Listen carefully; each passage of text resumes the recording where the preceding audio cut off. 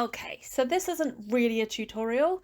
I just wanted to show you how I use non-edible materials inside some of my cake toppers. So I just showed you there that I had some polystyrene. I just had a block and I have cut it and carved it to the shape that I wanted. My block wasn't big enough, so I actually taped two pieces together, also an option. As long as you let your customer know that there is polystyrene inside and you fully seal that polystyrene with fondant, then it is perfectly safe for you to use on top of a cake. The reasons for filling your toppers with polystyrene is because mainly you're reducing the weight of the item that's going to sit on top of your cake. And secondly, it's such an easy thing to carve. Apart from the mess, it's very messy, but it's easy to carve.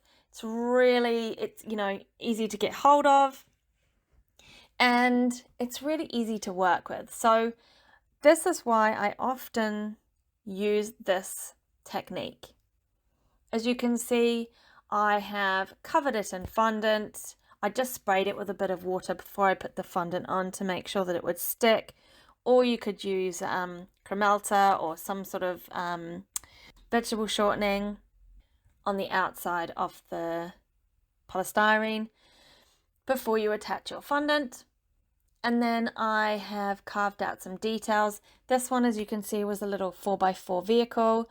So I've just marked out some detailing on there before I start adding my fondant strips and any other 3D pieces to it. Then I just let that dry for a couple of days before I then went in with paint. You could of course use black fondant for those detailing. I just didn't want to add any thickness to it, so I have opted for paint.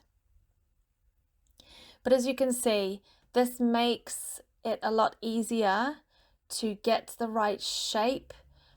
You're not in a rush trying to shape your fondant really fast before it dries. It just makes life super easy, in my opinion.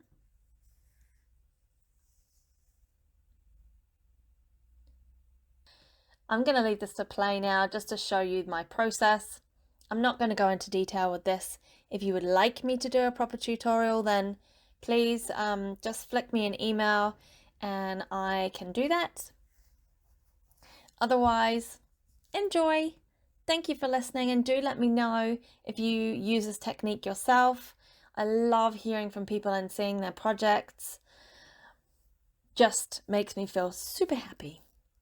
Anyway, thank you so much. Bye bye.